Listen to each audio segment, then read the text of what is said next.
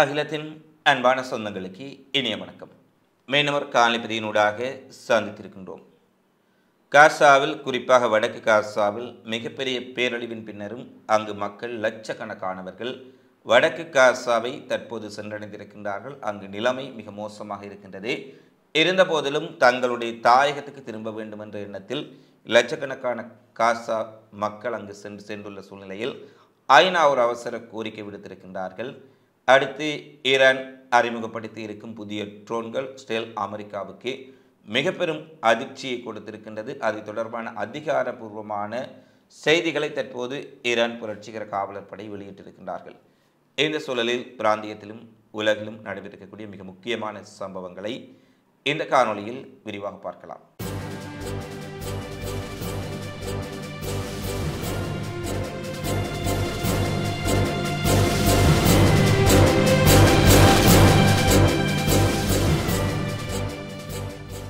முதலில் வடக்கு காசாவில் அனைத்துமே ஸ்டேல் இராணுவத்தினரால் சுக்குநூறாக்கப்பட்டிருக்கின்றது. நேற்றைய தினம் தெரிவித்திருந்தோம். பொதுமக்களுடைய வீடுகள், கட்டடங்கள், பள்ளிவாசல்கள், பாடசாலைகள், உணவகங்கள் முதல் கொண்டு அனைத்துமே ஏறக்குறைய 91% கட்டடங்கள் அங்கு தரைமட்டமாக்கப்பட்டிருக்கின்றன. வெறும் கட்டட குவியலாகத்தான் வடக்கு காசா பூமி காணப்படுகின்றது.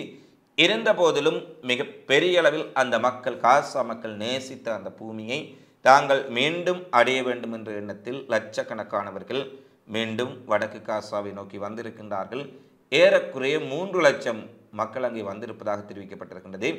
இந்த நிலையில் ஐக்கிய நாடுகள் சபையினுடைய பாலஸ்தீன தூதுவராளர் ஜூயே ஒரு அவசர கோரிக்கை விடுத்திருக்கின்றார்கள். வடக்கு காசா மக்களின் தேவைகள் மிகப்பெரிய அளவில் காணப்படுகின்றன. ஏறக்குறைய லட்சக்கணக்கான கூடாரங்கள் தற்போது தேவைப்படுகின்றன.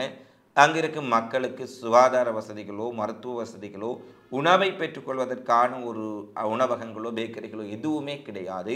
எனவே அவர்களுக்கு அடிப்படை அத்தியாவசிய பொருட்கள், கூடாரங்கள், உணவு மற்றும் இதர பொருட்கள் உடனடியாக வழங்கப்பட வேண்டும். இங்கு நிலைமை மிக மோசமாக இருக்கின்றது. எனவே சர்வதேசம் விரைந்து செயற்பட வேண்டிய நேரமாக இது இருக்கின்றது என்ற ஒரு கோரிக்கையை அவர்கள் விடுத்திருக்கின்றார்கள். எனவே வடக்கு காசாவை பாலஸ்தீனத்தை அழிப்பதில் குறியாக ஸ்டேலுக்கு ஆயுதம் முதல் நிதி வரை கொடுத்த அமெரிக்கா, மேற்குலக நாடுகள் இந்த காசாவை மீண்டும் கட்டி எழுப்புவதற்கு அல்லது காசாவில் இருக்கும் மக்களுக்கு அத்தியாவசியமான தேவைகளையாவது நிறைவேற்றுவதற்கு உதவப் போகின்றார்களா என்பதை நாங்கள் பொறுத்திருந்துதான் பார்க்க வேண்டும். அடுத்து காசாவில் அமைதி ஒப்பந்தம் நடைமுறையில் உள்ள நேற்றைய தினத்திலும் நுஸ்ராத் அகதி முகாம் அருகே ஸ்டேல் நடத்திய தாக்குதலில் ஒரு சிறுமி, 7 வயது சிறுமி கொல்லப்பட்டிருக்கின்றார். ஆயிரக்கணக்கான மக்கள் முற்றுகையிடப்பட்ட பகுதியின் வடக்கு பகுதிக்கு திரும்பியிருக்கும் சூழ்நிலையில் காசா மீது ஸ்டேல் நடத்திய கொடூர தாக்குதலில் 2 பாலஸ்தீனர்கள் நேற்று கொல்லப்பட்டார்கள் என்ற செய்தியை வெளியிட்டிருந்தோம், ஒரு குழந்தை உட்பட. ஆனால் மீண்டும் ஸ்டேல் நடத்திய தாக்குதலில் ஒரு சிறுமி கொல்லப்பட்டிருக்கின்றார். குறிப்பாக அல் ஜஸ்டில் ஸ்டேலிய இராணுவ குதிரை வண்டி மீது செல் தாக்கியதில் 5 வயது சிறுமி கொல்லப்பட்டிருக்கின்றார் என்ற செய்தி வெளியாக இருக்கின்றது. குதிரை வண்டியில் தங்களுடைய வீடுகளை பார்ப்பதற்காக, தங்களுடைய நிலத்தை பார்ப்பதற்காக ஏதுமறியாத அந்த சிறுமி திரும்பிக் கொண்டிருந்த போது ஸ்டேல் இராணுவத்தினுடைய ஷெல் தாக்குதலினால் இந்த சேதம் ஏற்பட்டிருக்கின்றது. ஏனைய 2 பேர் அங்கு காயமடைந்திருக்கின்றார்கள். அதிலும் ஒருவர் நிலைமை படுகாயப்பட்டிருப்பதான செய்திகளை வஃபா செய்தி நிறுவனம் வெளியிட்டிருக்கின்றது. எனவே இந்த அமைதி ஒப்பந்த காலத்தில் கூட ஸ்டெல் தன்னுடைய கொடூரமான நடவடிக்கைகளை அங்கு அரங்கேற்றி கொண்டிருக்கின்றார்கள் என்பதை திட்ட தெளிவாக பார்க்கக்கூடியதாக இருக்கின்றது. காசாவில் நிலைமை இப்படி இருக்க, மேற்கு கரையில் துல்கரேம் பகுதியில் துப்பாக்கி முனையில் அங்கிருக்கும் வீடுகளுக்குள் புகுந்த ஸ்டேலிய இராணுவம் ஆக்கிரமிக்கப்பட்ட மேற்கு கரையின் துல்கரேமிலிருந்து 2வது நாளாக ஒவ்வொரு பாலஸ்தீன குடிமகனை வெளியேறுமாறு துப்பாக்கி முனையில் வெளியேற்றியிருக்கின்றார்கள். பல குடும்பங்களை அவசரமாக வெளியேறுமாறு இரவு வேளையில் கூட அந்த வீடுகளுக்குள் புகுந்து நாங்கள் இந்த இடத்தில் தாக்குதலை நடத்தப் போகின்றோம், நீங்கள் உடனடியாக வெளியேற வேண்டும் என அச்சுறுத்தி வெளியேற்றி இருக்கின்றார்கள். தியாகி டாக்டர் தாபிட் அரசு மருத்துவமனையும் மிகப்பெரிய அளவில் முற்றுகையிடப்பட்டிருக்கின்றது. மருத்துவமனைக்கு சென்ற நோயாளிகள் கூட வெளியே வர முடியாதவாறு, உள்ளே சிகிச்சை பெற்ற நோயாளிகளை உறவினர்கள் சென்று பார்க்க முடியாதவாறு மிகப்பெரிய அளவில் இராணுவத்தினுடைய கவச வாகனங்கள், ட்ரக்குகள் அங்கு நிறுத்தப்பட்டு மருத்துவமனை முற்றுகையிடப்பட்டது. ஆம்புலன்ஸ் வண்டிகள், அதாவது மருத்துவமனைக்குள் அத்தியாவசியமான உயிருக்கு போராடக்கூடிய நோயாளிகளை கொண்டு செல்லக்கூடிய ஆம்புலன்ஸ் வண்டிகள் கூட அங்கு இஸ்ரேல் இராணுவத்தினரால் மறைக்கப்பட்டதான செய்திகளும் வெளியாக இருக்கின்றன. எனவே மருத்துவமனைகளை முற்றுகையிட்டு அங்கிருக்கும் நோயாளிகளை துன்புறுத்துவது இஸ்ரேல் இராணுவத்தின் தொடர்ச்சியான நடவடிக்கையாக இருக்கின்றது. காசாவில் இந்த நடவடிக்கையை பார்த்திருந்தோம். தற்போது மேற்கு கரையிலும் இந்த நடவடிக்கைகளை பார்க்கக்கூடியதாக இருக்கின்றது. அடுத்து துல்கரேம் அகதிகள் முகாமில் மிக கடுமையான சண்டை பதிவாகி இருப்பதாக அங்கிருக்கும் ஊடகங்கள் தெரிவித்திருக்கின்றார்கள். அங்கு பாலஸ்தீன அகதிகள் முகாம்கள் மீது தாக்குதல் நடத்திய இஸ்ரேலிய இராணுவத்திற்கும் அல்குட்ஸ் படைப்பிரிவினருக்கும் துல்கரேம் பட்டாலியனுக்கும் இடையில் மிக கடுமையான மோதல் நடைபெற்றதாகவும் இதில் இஸ்ரேலிய இராணுவத்திற்கு பதுங்கி இருந்து மிகப்பெரிய அளவில் அல் கசாம் அல்குட்ஸ் படைப்பிரிவு மற்றும் துல்கரேம் படையணி பட்டாலியன் மிகப்பெரிய அளவில் எதிர்ப்பை காட்டியதாகவும் இதன் காரணமாக அந்த பகுதிகளில் பல மணி நேரம் சண்டை இடம்பெற்றதான செய்திகள் முக்கியமாக வெளியாக இருக்கின்றன. இந்த நிலையில் மேற்கு கரையும் தற்போது மிகப்பெரிய பதற்றமான பகுதியாக மாறியிருக்கின்றது. காசாவில் ஓரளவு அமைதி திரும்பி இருக்கின்றது. மிக கடுமையான சண்டை நடைபெற்ற வடக்கு காசாவுக்கு மக்கள் திரும்பி இருக்கின்றார்கள் என்று ஓரளவுக்கு ஆசுவாசப்படுத்திக் கொள்ள பாலஸ்தீனர்கள் முனைந்தால், ஆனால் மேற்கு கரையில் தன்னுடைய கொடூரமான நடவடிக்கைகளை இஸ்ரேல் ஆரம்பித்திருப்பது அவர்களை மேலும் சிக்கலுக்குள்ளாகி இருக்கின்றது. குறிப்பாக காசாவிலிருந்து பாலஸ்தீனர்களை வெளியேற்றக்கூடிய டொனால்ட் ட்ரம்பினுடைய கோரிக்கைக்கு ஏற்கனவே எகிப்து, ஜோர்டான் போன்ற நாடுகள் கடுமையான எதிர்ப்பை பதிவு செய்த சூழ்நிலையில் எகிப்தினுடைய நாடாளுமன்றத்தில் இது தொடர்பில் காரசாரமான விவாதங்கள் நடைபெற்றிருக்கின்றன. நாடாளுமன்றத்தின் சபாநாயகர் இது முழுக்க முழுக்க பாலஸ்தீனர்கள் மீதான இன சுத்திகரிப்பாகவே பார்க்கக்கூடியதாக இருக்கின்றது. அத்தகைய நடவடிக்கைகள் பாலஸ்தீனர்களுக்கு அச்சுறுத்தல் மட்டுமல்ல, ஒட்டுமொத்த பிராந்தியத்திற்கும் மிக கடுமையான அச்சுறுத்தலையும் ஸ்திரத்தன்மையையும் ஏற்படுத்தும் என்ற கண்டனத்தை அவர்கள் வெளியிட்டிருக்கின்றார்கள். ஏற்கனவே இது தொடர்பில் ட்ரம்பினுடைய காசாவிலிருந்து பாலஸ்தீனர்களை வெளியேற்றக்கூடிய ஒரு நடவடிக்கையை ஏற்றுக்கொள்ள முடியாது. இது தொடர்பான பல விடயங்களை நேற்று முன்னைய தின காணொலிகளில் நாங்கள் பேசியதால் அது குறித்து அதிகம் பேசவில்லை. இந்த நிலையில் ஈரானின் உடைய வெளிவிவகாரத்துறை அமைச்சரும் இந்த நடவடிக்கை குறித்து மிக கடுமையான கண்டனங்களை தெரிவித்திருக்கின்றார். குறிப்பாக ஸ்கை நியூஸ் ஊடகத்திற்கு அவர் பேட்டியளிக்கும் போது பாலஸ்தீனர்களை காசாவிலிருந்து வெளியேற்றுவதற்கு பதிலாக இஸ்ரேலியர்களை நீங்கள் வெளியேற்ற முயற்சி செய்யுங்கள், அவர்களை கிரீன்லாந்துக்கு அழைத்து செல்லுங்கள் என ஈரானின் வெளியுறவுத்துறை அமைச்சர் குறிப்பாக ட்ரம்பின் திட்டத்தை அரக்ஷி அவர்கள் கேலி செய்திருப்பதுடன், இஸ்ரேலியர்களை கிரீன்லாந்துக்கு அனுப்பினால் அமெரிக்கா கிரீன்லாந்தை கைப்பற்றும் அவர்களுடைய இலக்கையும் அடித்துவிட முடியும், பாலஸ்தீனத்தையும் அமைதிப்படுத்த முடியும். எனவே இஸ்ரேலியர்களை கிரீன்லாந்துக்கு அனுப்ப வேண்டும் என நாங்கள் பரிந்துரை செய்கின்றோம் என்று ஒரு கருத்தை அவர் தெரிவித்திருப்பதுடன், இதனால் ஒரே கல்லில் 2 பறவைகளை அடித்ததைப் போல அமெரிக்கா அனுகூலத்தை பெற்றுக்கொள்ள முடியும் என ஈரான் வெளியுறவுத்துறை அமைச்சர் தெரிவித்திருக்கின்றார். ஏனெனில் நவம்பர் மாதம் தேர்தலில் வெற்றி பெற்றதிலிருந்து கிரீன்லாந்தை அமெரிக்காவின் ஒரு பகுதியாக மாற்றுவதில் ட்ரம்ப் தொடர்ச்சியாக ஆர்வத்தை வெளிப்படுத்தியிருக்கின்றார். டென்மார்க்கின் தன்னாட்சி பிரதேசமான கிரீன்லாந்தை அமெரிக்கா தன்னுடன் இணைப்பதற்கு பல ஐரோப்பிய நாடுகள், டென்மார்க், பிரான்ஸ், ஜெர்மனி உட்பட பல ஐரோப்பிய நாடுகள் மிக கடுமையான அளவில் எதிர்ப்புகளை வெளியிட்டிருந்தார்கள். இந்த நிலையில்தான் ஈரானின் உடைய இந்த பதில் அமெரிக்காவுக்கு தற்போது கொடுக்கப்பட்டிருக்கின்றது. முடிந்தால் கிரீன்லாந்துக்கு நீங்கள் அவர்களை அனுப்பிவிடுங்கள் என்ற ஒரு செய்தியை ஈரானின் உடைய வெளிவிவகாரத்துறை அமைச்சர் தெரிவித்திருக்கின்றார். அடுத்து அண்மைய சில நாட்களாக வெளிவந்திருக்கக்கூடிய மிக முக்கியமான ஒரு சம்பவம், அமெரிக்க அதிபராக டொனால்ட் ட்ரம்ப் பதவியேற்றுக் கொண்ட பின்னர் ஈரான் அமெரிக்கா இடையிலான முறுகல் மிகப்பெரிய அளவில் அதிகரித்திருக்கின்றது. ஏனெனில் ஜோ பைடன் நிர்வாகத்தை விட டொனால்ட் ட்ரம்பின் உடைய நிர்வாகம், டொனால்ட் ட்ரம்ப் ஈரானுக்கு எதிரான மிகப்பெரிய அளவில் ஒரு நிலைப்பாட்டை கொண்ட ஒருவராக காணப்படுகின்றார்.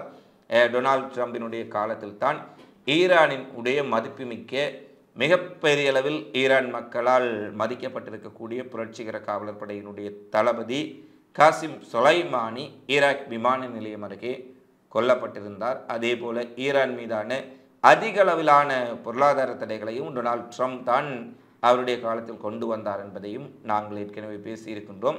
இந்த நிலையில் டொனால்ட் ட்ரம்ப் பதவியேற்றுக் கொண்ட பின்னர் மத்திய கிழக்கில் காசா, லெபனான் போன்ற இடங்களில் ஒரு போர் நிறுத்தம் ஏற்பட்டாலும் கூட இவை ஒரு தற்காலிக போர் நிறுத்தங்களாகவே இருக்கின்றன.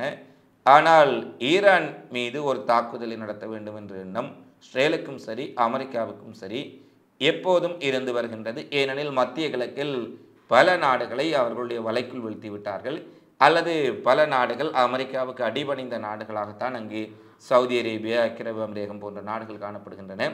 இந்த நிலையில் மத்திய கிழக்கில் அமெரிக்காவுக்கு மிகப்பெரிய ஒரு சிம்ம சொப்பனமாக காணப்படும் நாடு ஈரான் என்பதில் எந்த மாற்று கருத்தும் இல்லை. அமெரிக்காவை நேரடியாக எதிர்க்கக்கூடிய ஒரு நாடு, ஸ்டேலின் உடைய எதிராக போராடக்கூடிய பாலஸ்தீன விடுதலை இயக்கங்களை நேரடியாக ஆதரிக்கக்கூடிய ஒரு நாடு என்ற அடிப்படையில் ஈரான் மீது ஒரு தாக்குதலை ஸ்டேல் அமெரிக்கா இணைந்து நடத்தலாம் என்பது போரியல் ஆய்வாளர்களுடைய கருத்தாக இருக்கின்றது. டொனால்ட் ட்ரம்பினுடைய பேச்சுக்களிலும் ஈரானுக்கு எதிரான பல விடயங்களை அவர் அண்மைய சில நாட்களாக வெளிப்படுத்தியிருந்தார். இந்த நிலையில் ஈரானும் இதற்கு தயாராகும் வரையில் தொடர்ச்சியாக முப்படை பயிற்சிகளை நடத்தி வருகின்றார்கள்.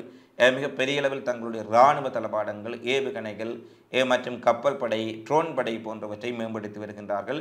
அது தொடர்பான பல வீடியோ பதிவுகளையும் வெளியிட்டு அமெரிக்காவுக்கு ஒரு எச்சரிக்கை செய்து கொண்டிருக்கின்றார்கள். இந்த நிலையில்தான் ஈரான் ட்ரோன் தொழில்நுட்பத்தில் மிகப்பெரிய சக்தியாக உலக அளவில் உருவெடுத்திருக்கின்றார்கள். அதாவது உலகின் மிகப்பெரிய வல்லரசான ரஷ்யாவுக்கு கூட உக்ரைன் போரில் ஈரான் ட்ரோன்களை வழங்கும் அளவுக்கு ஈரானிய ட்ரோன்கள் உக்ரைன் போர்க்களத்தில் ஒரு கேம் சேஞ்சர், களத்தை மாற்றக்கூடிய அளவுக்கு ஒரு மிகப்பெரிய பங்களிப்பை வழங்கியிருந்தது. இதன் பின்னர் உலகின் பல நாடுகள் ஈரானுடைய ட்ரோன் தொழில்நுட்பம் குறித்து மிகப்பெரிய அளவில் தேட ஆரம்பித்தார்கள் அல்லது ஈரானின் ட்ரோன்களை வாங்குவதற்கு ஆரம்பித்தார்கள் என்பதை பார்த்திருந்தோம். இந்த நிலையில் ஈரான் தற்போது அறிமுகப்படுத்தி இருக்கும் ட்ரோன் காசாட் ட்ரோன் என்று சொல்லக்கூடிய ராட்சத ட்ரோன் ஒன்றை உருவாக்கி இருக்கின்றார்கள். இன்றைக்கு பல மாதங்களுக்கு முன்னரே இந்த காசாட் ட்ரோன்களை தயாரிப்பதற்கான டெமோ ஈரானினால் பல வர்த்தக இராணுவ கண்காட்சிகளில் காசாட் ட்ரோனினுடைய மேம்பாடுகள் நடைபெற்றுக் கொண்டிருப்பதாக குறிப்பிடப்பட்டது. ஆனால் தற்போது அந்த ட்ரோன் முழுமையாக தயாராகி இலக்கை தாக்கும் அளவுக்கு தயாராகிவிட்டதை ஈரான் இராணுவம் அறிவித்திருக்கின்றார்கள். 15 மாத காசா போரிலே இஸ்ரேலை எதிர்த்து நிற்கும் ஹமாஸ் அமைப்பினரையும் இந்த போரிலே கொல்லப்பட்ட ஏறக்குறைய 50,000 பாலஸ்தீனர்களை கௌரவப்படுத்தும் விதமாகவும் அந்த ராட்சத ட்ரோனுக்கு காசா என்று பெயரிடப்பட்டிருக்கின்றது. இந்த ட்ரோன் தான் இன்று உலக அளவில் மிகப்பெரிய அளவில் இராணுவ வல்லுநர்களால் பேசப்படும் ஒரு ட்ரோனாக மாறியிருக்கின்றது. கிட்டத்தட்ட இந்த ட்ரோனின் எடை 3.1 டன், 3100 கிலோகிராம். இறக்கைகளின் நீளம் மட்டும் 22 மீட்டராக இருக்கின்றது. அதாவது ஏனைய சிறிய ட்ரோன்கள், காமிக் சாகித் ட்ரோன்களை விட மிகப்பெரிய அளவில் இறக்கைகள் கொண்ட ஒரு ட்ரோன், 22 மீட்டர் நீளம் கொண்ட இறக்கைகளும் மணிக்கு 350 கிலோமீட்டர் வேகத்தில் பறக்கக்கூடிய இந்த ட்ரோன்கள் ஏறக்குறைய 30 மணி நேரம் இடை நிற்காமல் இயங்கக்கூடியது. ஒரு நேரத்தில் 12 குண்டுகளை, அந்த ட்ரோனிலிருந்து 12 குண்டுகளை ஒரே நேரத்தில் கீழே இலக்குகளை நோக்கி தாக்குவது மட்டுமல்ல, இலக்குகளை துல்லியமாக சென்று தாக்கக்கூடிய ரேடார் சிஸ்டமும் அங்கே பொருத்தப்பட்டிருப்பதான அறிவிப்பு வெளியாக இருக்கின்றது. ஒரே தடவையில் இந்த ட்ரோன் ஊடாக 500 கிலோகிராம் வெடிமருந்தை சுமந்து சென்று எதிரிகளை தாக்க முடியும் என்ற செய்தியும் வெளியாக இருக்கின்றது. இத்தகைய வசதி கொண்ட இந்த ட்ரோன் பறந்து கொண்டே 4000 கிலோமீட்டர் சுற்றளவு வரை உள்ள பகுதிகளில் தாக்குதலை நடத்த முடியும் என ஈரானுடைய புரட்சிகர காவலப்படை அறிவித்திருக்கின்றது. அது மட்டுமல்ல, இந்த ட்ரோனுடைய பறப்பு, அது கட்டிடங்களை தகர்க்கக்கூடிய, இலக்குகளை தகர்க்கக்கூடிய வீடியோ பதிவுகளையும் ஈரான் வெளியிட்டிருக்கின்றமை நிச்சயமாக புதிய போர்க்களத்தில் ஈரானினுடைய காசாட் ட்ரோன்கள் மிகப்பெரிய அளவில் தாக்கத்தையும் பாதிப்புகளையும் ஏற்படுத்தும் என்பதில் எந்த விதமான மாற்று கருத்தும் இல்லை. இந்த நிலையில் ஈரான் தொடர்ச்சியாக தன்னுடைய இராணுவ பலத்தையும் புதிய இராணுவ உபகரணங்களையும் வெளியிட்டு வரும் சூழ்நிலையில் இஸ்ரேல், அமெரிக்கா மேற்குலகம் ஈரானுக்கு எதிராக எவ்வாறான நடவடிக்கைகளை மேற்கொள்ளப் போகின்றார்கள், ஈரானை வீழ்த்துவதற்கு என்ன திட்டங்களை எல்லாம் செய்ய போகின்றார்கள் என்பதெல்லாம் மிகப்பெரிய கேள்விகளாகத்தான் இருக்கின்றது. இந்த கேள்விக்கான பதில்களை தொடர்ச்சியாக தேடுவோம். இந்த காணொலி பதிவு தொடர்பிலான உங்களது மதிப்பான கருத்துக்களை தவறாமல் கமெண்ட்ஸில் பதிவிடுங்கள் என கேட்டுக்கொண்டு மீண்டும் ஒரு காணொலியில் உங்களை சந்திக்கும் வரை உங்களிடமிருந்து விடைபெறும் நான் உங்கள் அன்பின் சந்துரு.